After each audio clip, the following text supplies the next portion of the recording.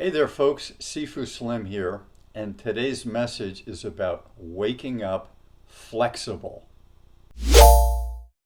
So let's say good morning to the day. All right, there we are, bright and early. And I'm going to share with you the tips of how to wake up flexible. First thing is, the day before, you got to be hydrated. So here's my kombucha bottle. Got water in it, and you want good water, of course. No chlorine and no toxins, so you want good water. You drink that after dinner and you stay hydrated, and then you do 5 minutes is all it takes. Go outside and do some stretching. Take the wall, pull against the wall, grab it the other way, pull against the wall, do some neck, do some good mornings where you lean over. Just do a nice 5-minute stretching program. If you do 15 minutes outside, looking at the stars, looking at the clouds, if it's raining, find a place with an overhang, do that stretching. And that comes from baseball base stealer Ricky Henderson, who says the secret of his long career was stretching before he went to sleep. So think about that and test it, and if that works for you, keep it going. Next on the list, sleeping on tennis balls. So let's take a look what we've got going here.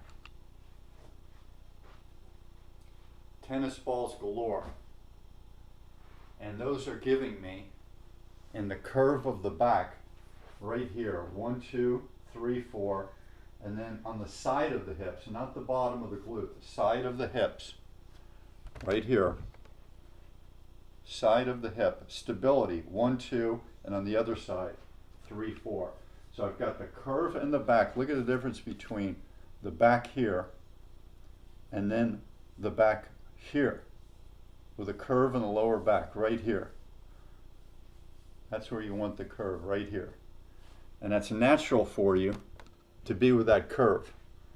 So that's how the skeletal system, from the head to the neck to the upper back to the lower back to the glutes, that's how you absorb shock, and that's how you maintain posture, because we're not quadrupeds. We don't have 4 legs, we only have 2, and that curve has a lot to do with our stability and our shock absorption and our propulsion when we're running, when we're jumping, and just getting out of the chair. That curve in the back, getting out of the chair, really helpful stuff. So I've got the tennis balls, and then I've got the airplane pillow, which is the foam pillow, very squishy. And what that's doing is it's giving me traction all night long. Feel that pull. It's a really good thing, that traction. And the chiropractors do that to you when you're in surgery and they want to elongate your spine. You're in traction, being pulled here and being pulled on your lower extremities. Perhaps a brace around your ankle that's connected to a pulley system of weights, giving you constant pressure. So that's great for the traction, and then the structure of your sleep. Instead of being in this position, which is really bad, look at how bad that looks. Look at all that pressure you have if you're just one-sided.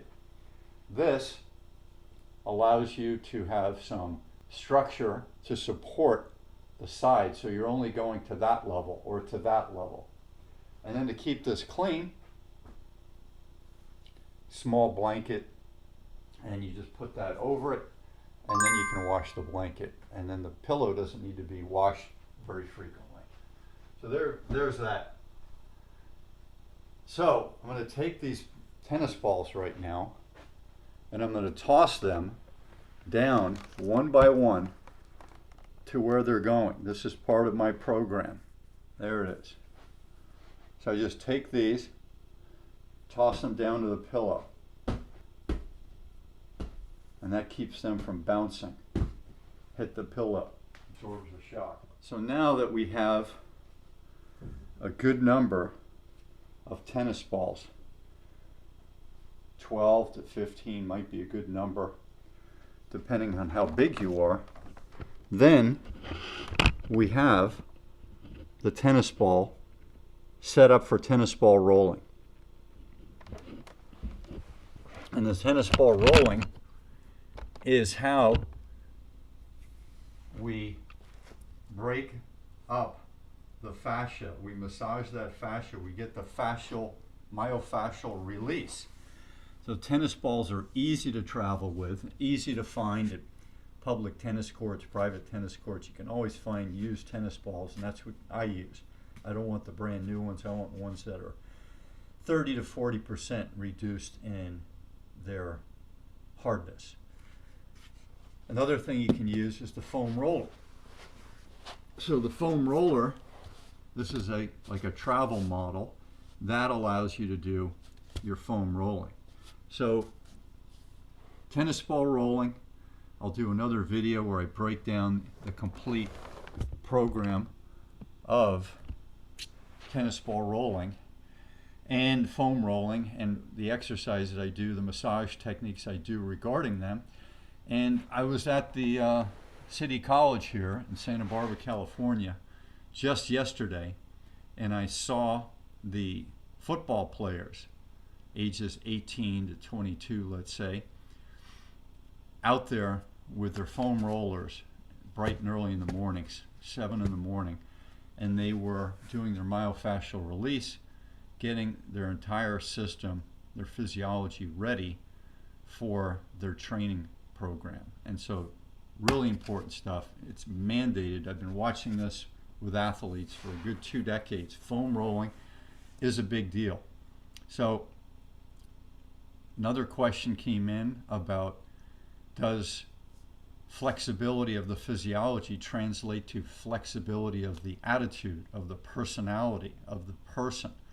And I think it does. I think if you walk around carrying yourself in a stiff way, that it's very likely that that posture, that stiff, out of balance posture, is going to translate into your reaction.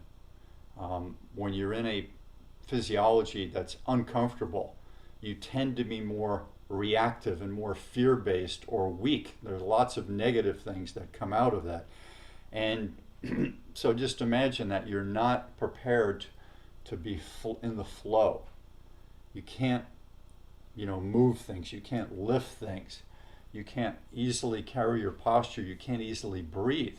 And breathing is a really big deal for life. Breathing, allowing things to open up. So your breath, isn't it easier to breathe when you're loose? And breathing can be involved in that warm-up, in that flexibility program, and that's what I do. I use that breath. Sometimes you have an impingement. So one of the typical places that most people have impingements is the psoas muscle, right in here. So the psoas wraps around, and there are little trigger points right in here.